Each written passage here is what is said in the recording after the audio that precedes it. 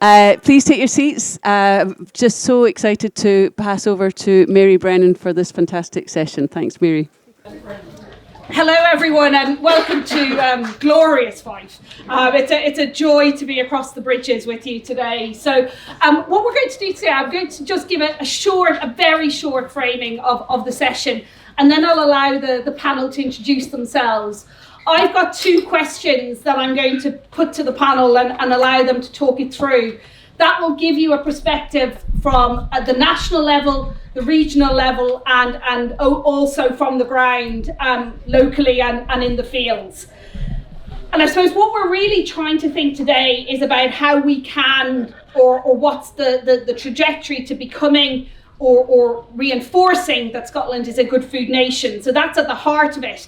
And I'm the chair of Food Marketing and Society at University of Edinburgh Business School. I'm also chair of the Scottish Food Coalition and leading a new project that Wellcome Trust have funded, where we are creating a living Good Food Nation lab for Scotland to help to support and serve and hopefully pump prime the rollout of the Good Food Nation Act and its associated requirements, in particular around the local plans. The team are here with me today, or many of the team are here with me today, so we're very excited and very invested in the whole journey. I've been on that journey for quite a while through the Scottish Food Coalition, and I suppose some of the things that I have begun to learn is that maybe are relevant, and I'll just say a few things before I hand over, is about our issues that get raised to me is about the fear of change, but also there being a great desire to adapt, a great desire to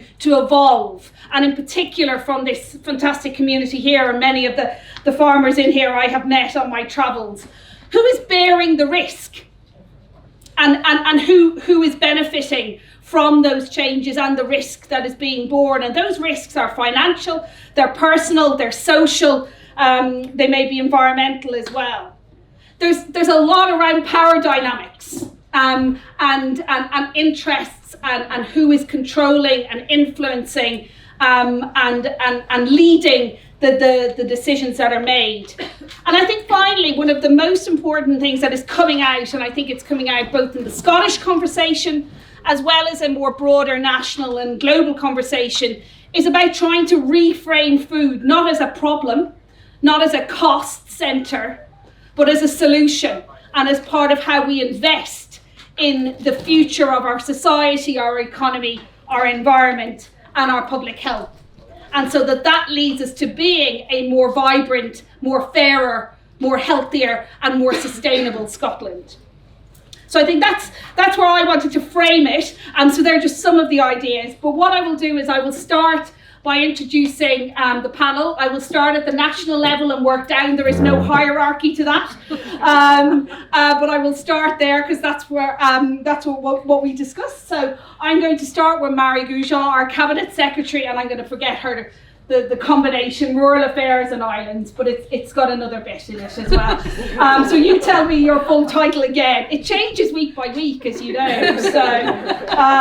So I let Mairi introduce herself and then I'll work through the panel. Go for it. I'm Mairi Gougeon and I'm the Cabinet Secretary for Rural Affairs, Land Reform and Islands. So you were nearly there. I was nearly there. It was the lad before that got me. And Pamela. Hi, I'm Pamela Stevenson. I'm the Service Manager for Fife Council Economic Development Team. I'm also the Vice Chair of Scotland for all the 32 local authorities' economic development teams. Brilliant. And Jan. I'm Councillor Jan Wincott and I'm the Council spokesperson for Environment and Climate Change, and I'm also the Councillor for Glenrothes North, Leslie and Markinch, which is just over the hill at the back of me.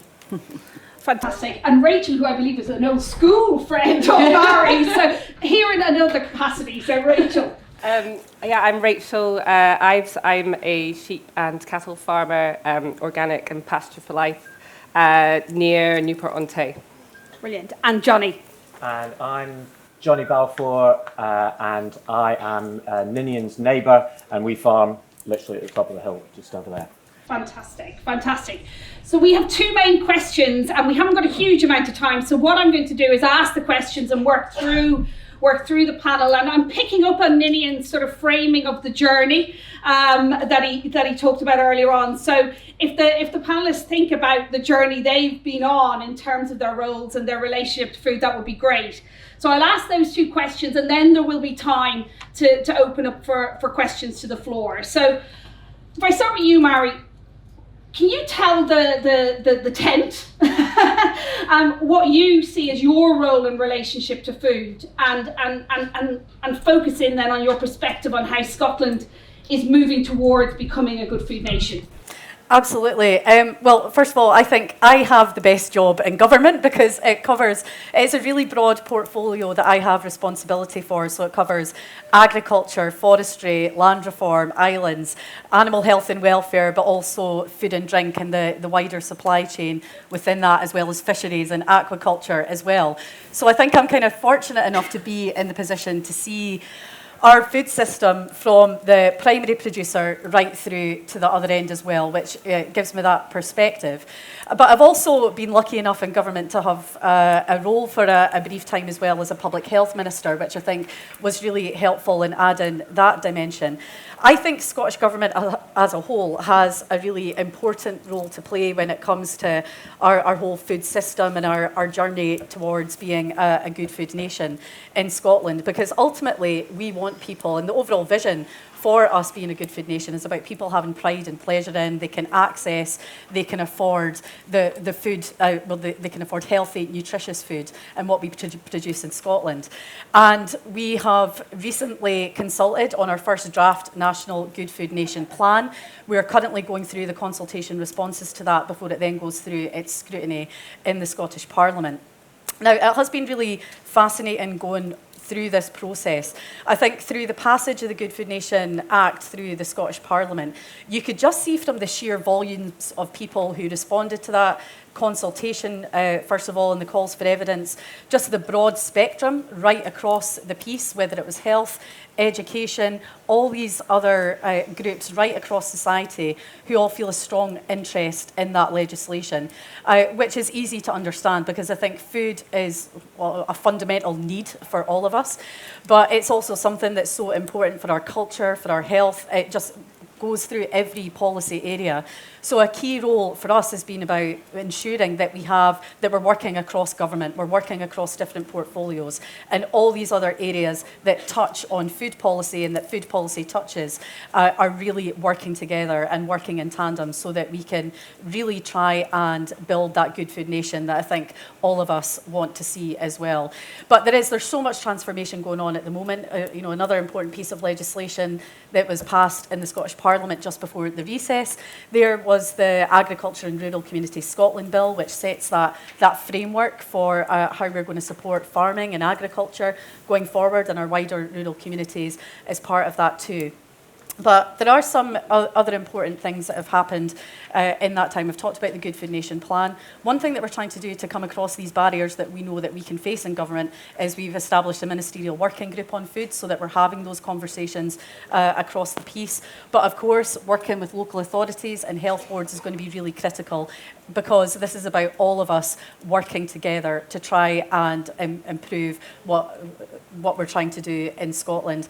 Not least it was just seeing on the headlines in the news this morning about the proportions of young people who are consuming ultra high processed foods. That's something that we need to challenge. We do have significant health challenges in Scotland that we need to try and address. And I think by putting that focus on food, it provides us with that real mechanism to try and tackle some of the big challenges that we face. Thank you. I might pick up on some of those when we get into the second question, but it's really interesting that relationship between the importance of integration and collaboration at government level, at political level, as well as then through all of the different layers of governance. Jan, I'll ask you the same question. So about your role and relationship to food and your perspective on how Scotland becomes a good food nation. Yeah, if you just look at the basic nuts and bolts of Fife Council as a whole, our procurement power alone in terms of food is around £7 million, which is not insignificant. But you have to look at the kind of people that we're actually buying our food for. It's some of the most vulnerable in our society. It's our nurseries, it's our schools, it's our care homes. So we have a huge responsibility to the people that we're actually procuring food for. So procurement can be quite a lever. but it can also be a little bit of a challenge as well. So one of the most important things that we're looking at in Fife is to make sure that food is affordable and accessible to all. And it's difficult. It is difficult. I don't know if any of you watched Good Morning Britain yesterday, where Martin Lewis was on, and he was talking about ultra-processed food, healthy food for people. But he also said, what's more important, going to bed hungry or going to bed with at least something in your stomach? And we have to do that balancing act. And it's not easy. Going back to procurement, our partners on the Food Fife strategy, we have the NHS Fife and St Andrews University and the colleges. The whole procurement power that we have is over £15 million.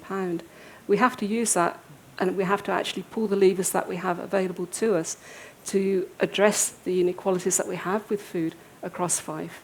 And I think that's one of the challenges that we have. Our food strategy, it's not just a strategy, it's a plan. It has to be a working document. It has to adapt and change with our partners as we go through the years coming forward. And climate change is going to have a big impact on that and what we do. We have to work together and collaborate to actually make this work. We can't do it in isolation. And working with the Scottish Government and the Good Food Nation is a critical part of that as we go forward. Brilliant, thank you very much. So Pamela, from your perspective in economic development and your role, can you talk about your relationship and how you see food feeding into economic development from your perspective, and how that feeds Scotland becoming a good food nation? Yeah, I mean, first of all, I love food. That goes without saying. But from an economic perspective, what we want to try and do is look at it from supply chain capabilities. Jan's made reference to procurement, and that's a big part of what we do in economic development to support that food and drink industry. It's a key priority for our economic strategy. We want to also look at the opportunities of how we enhance and contribute food and drink to the economy of Fife and make sure that it's sustainable and fit for purpose. To do that, though, in terms of the relationship as well as the perspective, it's how do we make sure that we've got fit for purpose employment land for inward investment, for new food production or for existing food production, for agri-tourism, spin-outs, businesses activity, looking at food production, distribution. How do we look at employment land that allows us to look at wholesale and logistics within the corridors of Fife into other areas across Scotland? So these are some of the things that we're looking at, and particularly, as was said under the Food for Fife strategy, is how do we really start to analyse and infiltrate the procurement capabilities, which is Fife Council is the third largest authority in Scotland. We have to do better. And how do we actually infiltrate the procurement contracts that, one, we can teach our businesses and our investors and our farmers and others to think about how do we get them better access, and looking at consolidated procurement, looking at purchasing powers to actually access some of these contracts and keep everything local. So everything we do is about economic development, bringing everything back into the community. And just, I'm going to abuse my powers. Just in terms of the Fife, your action plan and what you've been developing, what have been the biggest challenges around bringing all of the different actors and bringing all of the different interests and perspectives together? Do you want to answer first as chair, or do you want me to answer? I'll go first if you like. I mean, I think everybody has something to bring to this party, if you like, but not everybody agrees. And we all have our own particular areas of importance, if you like. I mean, I said mine is on food accessibility and food affordability. I mean, I spent 3.5 years volunteering in a food bank, and I've seen what food poverty can actually do to people and how it can bring people down. There's the flip side coin of that, where people, farmers that are passionate about what they do, need the support from government and local authorities to actually bring the food to our table in the first place. So getting accord across all the different partners that we've had has been quite a work. And Jo's not here today. She's the chair of the Food for Fife strategy. She's done a brilliant job about steering us through these waters and actually coming up with a strategy that we can all get behind, because that is, again, the most important thing. We all get behind it because we all have, at the end of the day, the interests of the people of Fife at heart. Yeah. I think what's really interesting in some of my own experience around this is that you don't necessarily all have to get to agreement or consensus. There can still be remaining tensions, there can still be remaining disagreements, but you can agree on the direction of travel, you can agree on the collective purpose about what you're working with and figure out how to negotiate within that. And where, that's at the heart, I think, of what these local Good Food Nation plans will be all about. From your perspective, Pamela. Yeah, I'm obviously likewise with Jan, but I suppose in a positive way, but not an oxymoron, my frustration is taking all these partners and everyone being on the same page at the same time. Okay. That to me is some of the challenges, but also opportunities. If we have some really good economic levers coming in that allow us to increase our capability of our food and drink industry and our supply chain and startups and growth businesses, it's making sure that we can work simultaneously with our environmental teams, our climate teams, our planning teams, to make sure we get these contracts, these projects, these investments over the line successfrally. Yeah, I've written down synergies, not silos. Yes, was my or systems, not silos. Rachel and Johnny, from your perspective, Rachel, where do you see your role in relationship to food and how that is evolving, and your contribution and perspective on Scotland becoming a good food nation? So my role in relation to food is obviously producing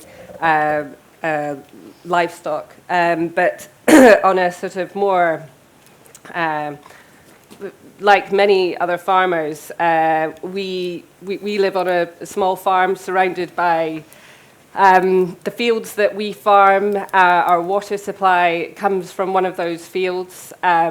So it's actually also integral to the health of our family, what we do to that environment, not only for what they're consuming in the terms of water, but also for mental health, providing biodiversity, and that environment that they play in that is full of birds and bees because of the way we farm.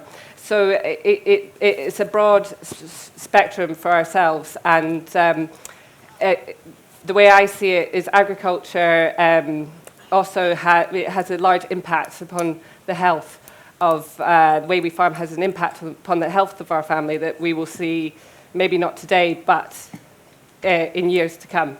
And being a good food nation, I think, is a fantastic thing that will have not only the health impacts, the beneficial health impacts from eating good food, but also by the way that food is grown, it will have environmental impact, a positive impact on biodiversity, and positive impact on mental health for the nation. Brilliant. And Johnny? I think our role as land managers, just there, is to be growing. I'd say it's not just food; it's food, fibre, and fuel on different bits of land. And I think that the impact of the Good Food Nation, I think as farmers, we have to be honest about the fact that we are going to have to change.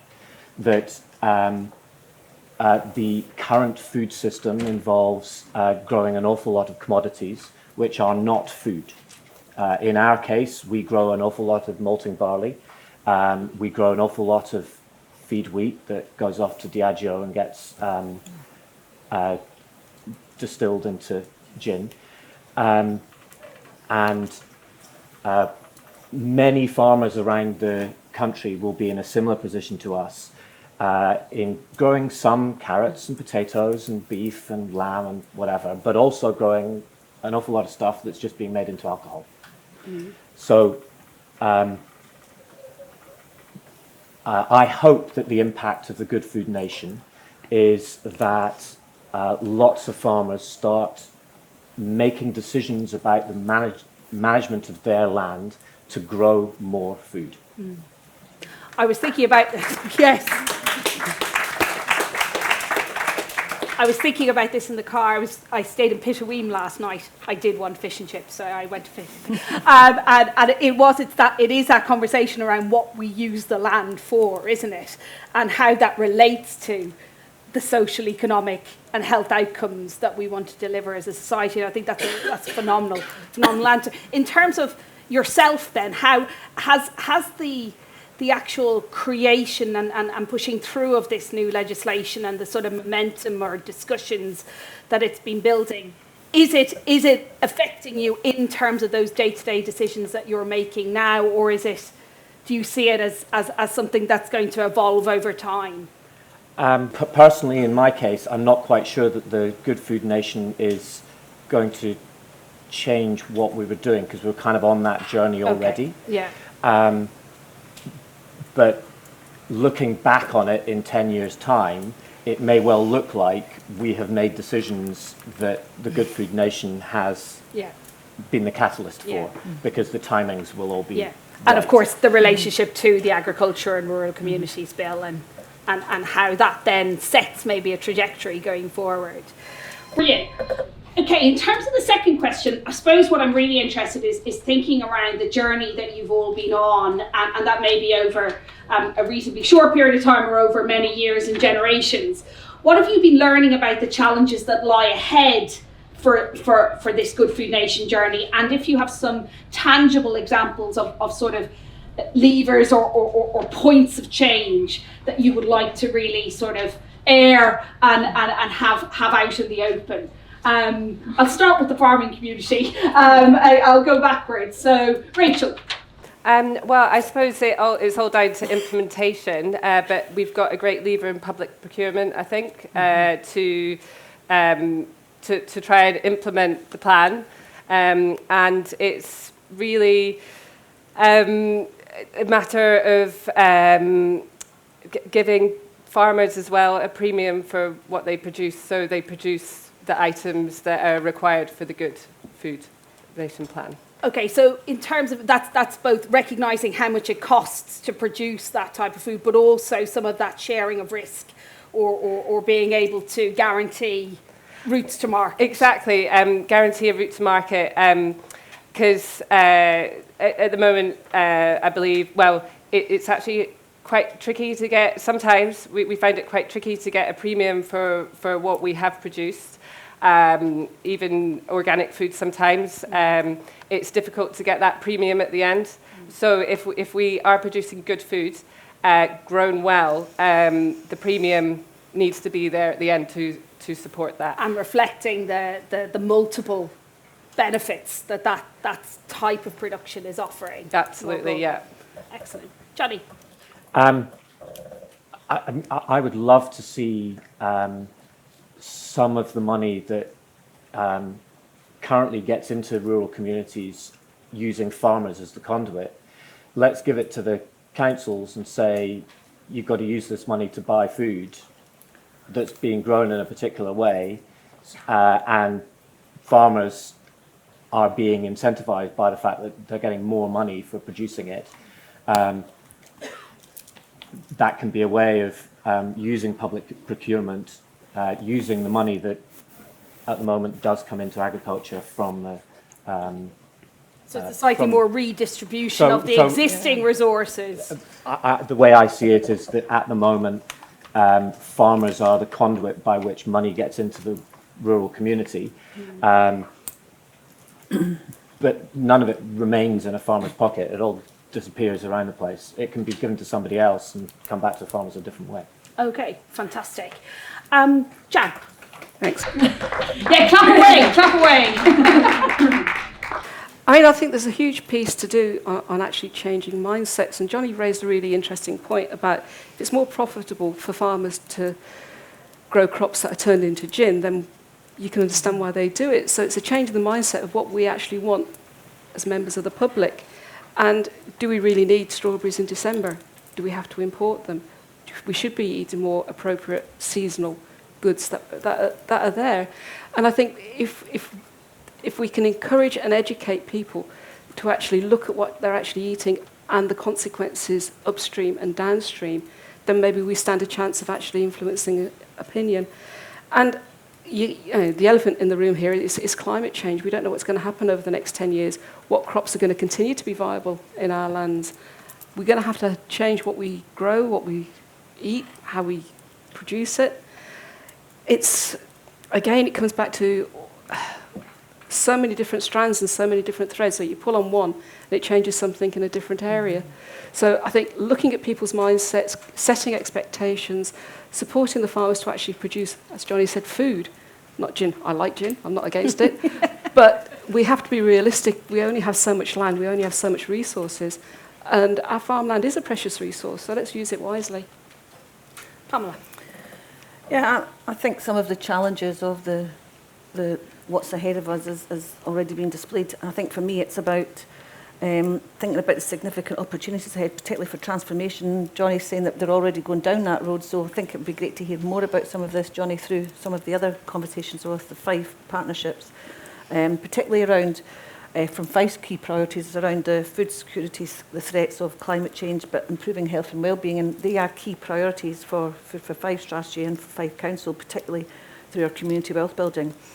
I think in terms of the mandate given to local authorities to deliver the Good Nation plans, I think that would be quite good, because if the Scottish Food Commission are going to be scrutinising that, then I think it makes sure that we have proper, robust project management in place to timeline it, to work to it.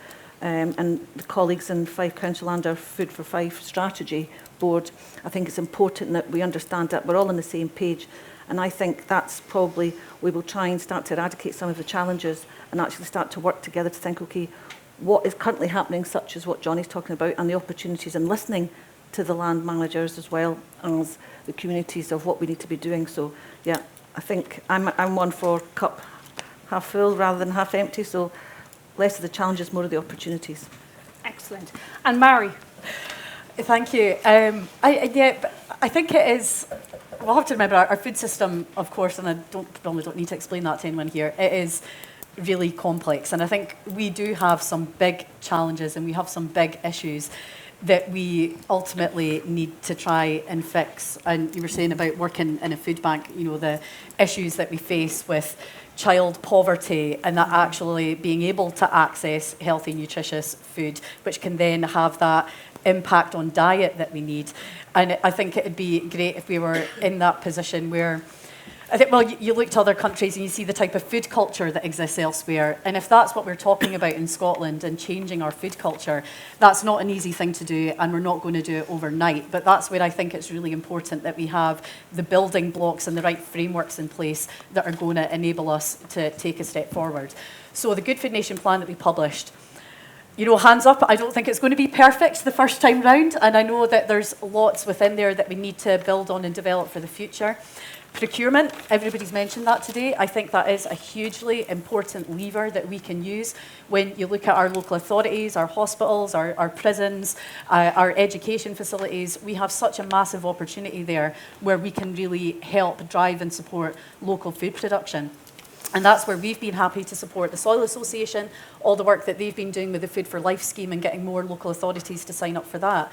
But even with that, and first of all, we see lots of positive benefits from that in terms of health and supporting local economies, as well as local farmers. But it is challenging because, like, councils will be acutely aware that it's not possible for everyone to necessarily become part of that scheme because they find that their budget gets in the way of it and it inhibits them from doing that. So that's where I'm really excited to hopefully have further discussions with Fife about the strategy that we've got here and why that collaboration between ourselves, our local authorities, health boards and the wider public sector is so important, and we all work together to try and tackle and address these problems. And the Good Food Nation plan that we'll eventually bring forward, public procurement is, as I say, it's a really strong lever, but it's one that is also quite difficult to sort sometimes. It's interconnected. There's lots of different competencies in there. Unfortunately, it's not necessarily within the powers of the Scottish Government to fix all of that. It involves various bits and pieces of legislation, but if we try and work through that and tackle that together, I think we can make strong steps in relation to that. So I'm really looking forward to the final publication of the Good Food Nation plan, the establishment of the Scottish Food Commission as well, which is we're underway in terms of recruiting to that as well. So I think by having all these things in place, we will head in that direction that I think we all want to see. But I think that this first plan, we are going to build on that in the future. It needs to be reviewed. every couple of years. We need to bring forward a new plan every 5 years. So while we don't have necessarily all the targets and indicators we would like to see as part of that plan right now, it gives us that time to build that data, get that wider picture, so again, we can build on it for the future. Can you just on one final point in relation to your learning, being in the role you have and how you have, as politically, been trying to break those silos and create those synergies. What have you learned from that process and then the role of the interministerial in sort of politically leading and being quite brave and courageous around those breaking down those silos and what that might mean politically and in terms of the broader governance? Yeah, well, it has been really difficult because, and I think that's what's important about the processes and what we've tried to impress through the Good Food Nation and the passage of that act is forcing people and every part of government to think about food and embed that in our thinking and our policies and all the legislation that we take forward from now, because on my own, I can't fix this in government. It takes health ministers, it takes education, it takes our social justice as well, all of us working together to try and address the challenges that we've got that I think food is central to. So it's still a work in progress, and I think it's going to continue to be because it hasn't been operating for all that long. But I think with the Ministerial Working Group on Food that we have as an example of that, it provides a really important forum for us to discuss the key issues that we're working on and to discuss that more widely. And I saw that again from the time that I was a public health minister. I tried to take more of the food policy with me when I was over there, but when I was appointed to this role, I thought, no, I'll take that back, I think, so that I could continue to work on it, because it is an area that I'm so passionate about, and I just feel so fortunate to be in a role where hopefully you can start to affect that change that I think we all want to see. So just before I open it up to the floor, I suppose the things that are coming out from that discussion for me are, and starting right at what you were talking about, Johnny, there's trade-offs there, isn't there? There's trade-offs right at the farm level, both Rachel and Johnny, about how you're farming, what you're growing, the relationship to both your family as well as your community, the soil, the water, and all of that. So I think there's trade-offs all the way through around decisions that have to be made. And I think at the heart of what the Good Food Nation, certainly in my experience, is trying to at least unpack those trade-offs. We might not necessarily be able to completely balance them, but unpack the relationship between economic, public health, social and environmental. I think there's also an issue around the urgency, but also the need for patience. So there's an urgent need for change, but also a patience in how that change will evolve, and the time and commitment. And I suppose commitment we have to make financially as well as politically and personally as individuals or as organisations. I think there's some issues around the resourcing and the sharing of risk. And also key to it, I suppose, is people, isn't it? The people who are on the ground, the people who are in the council and the political chambers, the people who are in in government at local and national, but also all of you and all of us in institutions and organisations around. So that's sort of the key that I think Scotland is in a very dynamic and very positive. The fact that we're capable of having these very public and difficult conversations is central. So now we have some time for questions from the floor. I see a hand straight up down here. Hello. So this is for Mairi. Sorry, Mairi.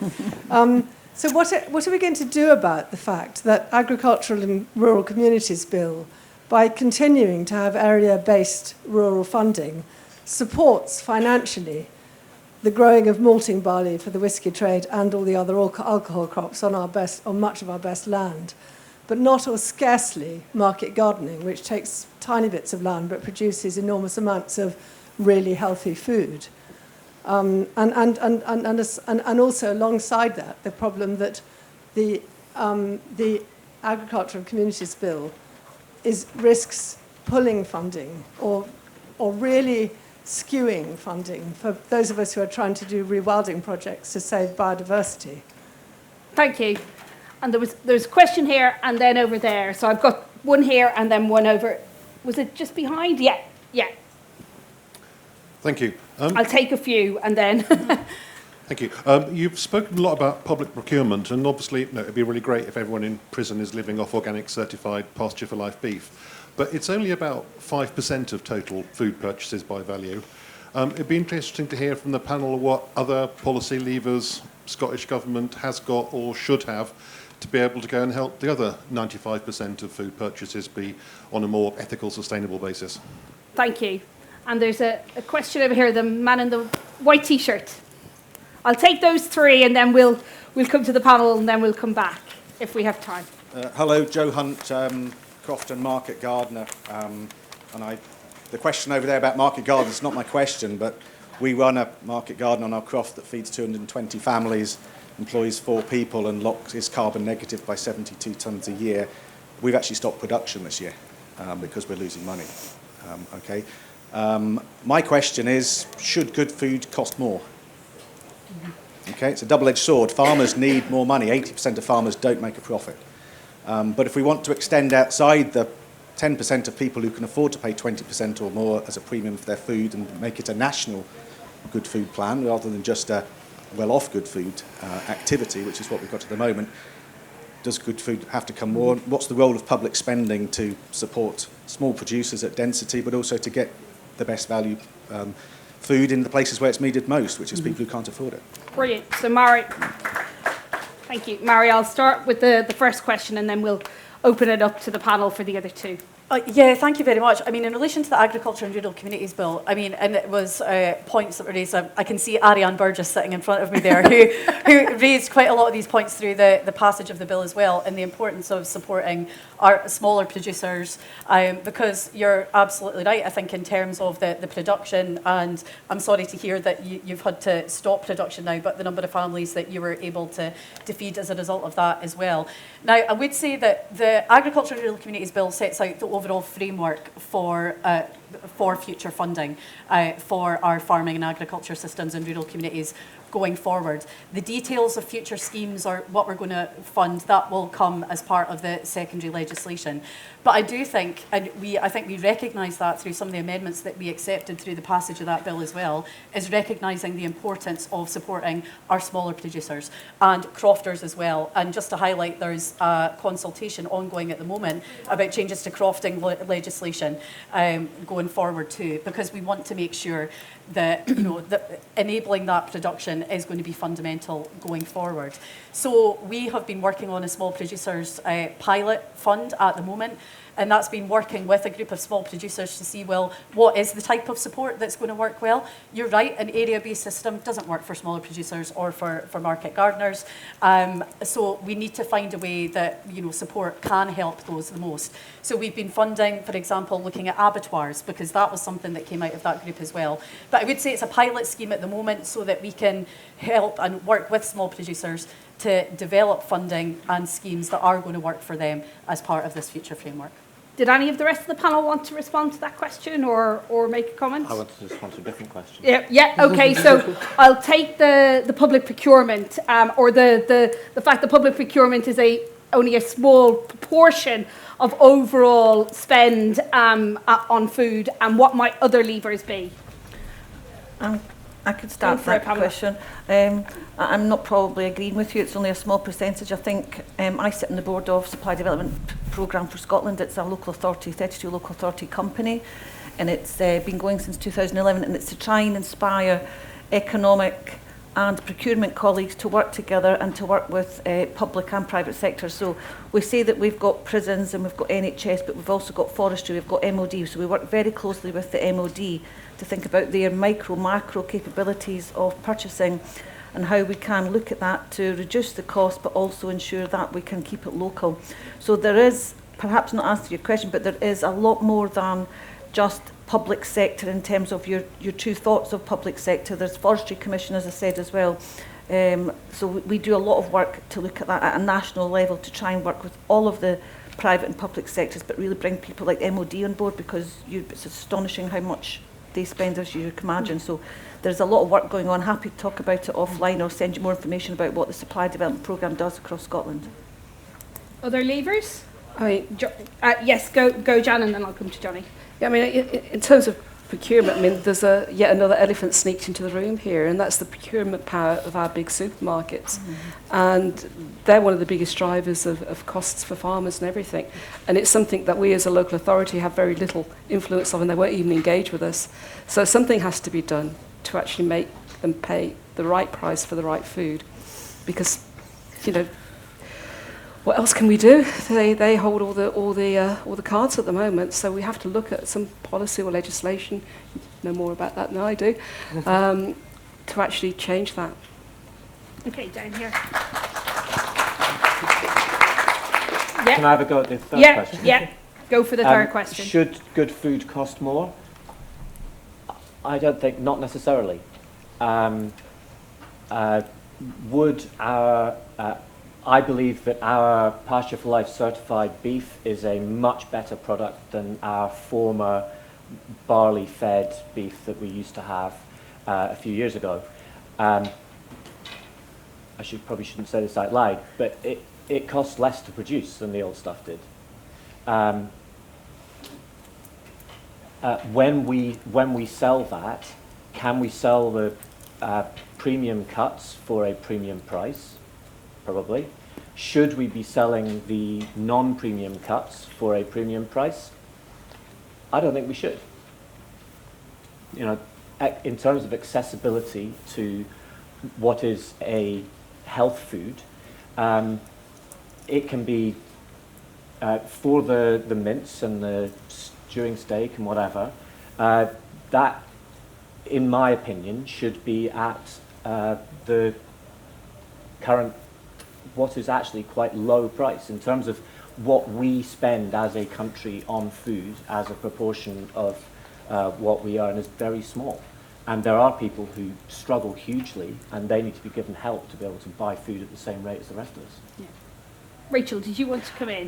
Well, just a point that Mairi also mentioned was the thing about abattoirs, and I think that's something that was part of the mentioned the Good Food Plan was the health of our animals, and that's very much something part of the infrastructure that is now.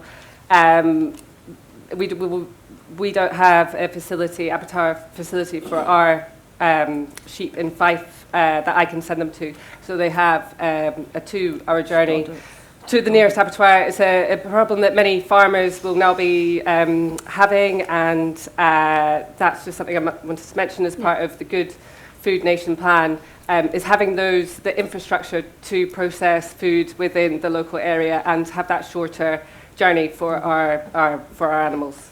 So I'm going to come to Jan, but I just wanted to pick up on something, John. I think it was an incredibly important statement you made about what it is like to be producing in that way, and the relationship to how then you as a farmer decide what to sell that meat for. I've seen that in Shetland, and the local authority in Shetland has been trying to work really hard to get more Shetland beef into the schools, but they've been struggling in terms of how do you balance this between the demand for the premium cuts and the rest of the animal. And so I think it's those nuanced conversations, isn't it, and those honest conversations about where the value is, where the premium is, and where we can support different parts of the supply chain. Jan, you wanted to pick up, I think, on both questions? No, it was the one from the gentleman over there. I mean, your question, should good food cost more? I'd kind of like to turn that on its head and say, should everyone be able to afford good food? And for me, the second question is the one that unequivocally is yes, everybody should be able to afford good food, and it's how do we actually achieve that? For me, good food it should not be a luxury. It should not be an option for a few, not many. And we have to have a look, but that's a whole bigger question. You're going into universal basic income, subsidised food. But for me, that's the important question. It's one that I don't have the answer for, but I think it's one that we need to start addressing. Okay. Unfortunately, I have to bring it to a close, but thank you so much for your attention. I hope you've enjoyed the conversation we've had, and there will be more opportunities throughout the next 2 days to pick up on these issues in more detail. Thank you very much.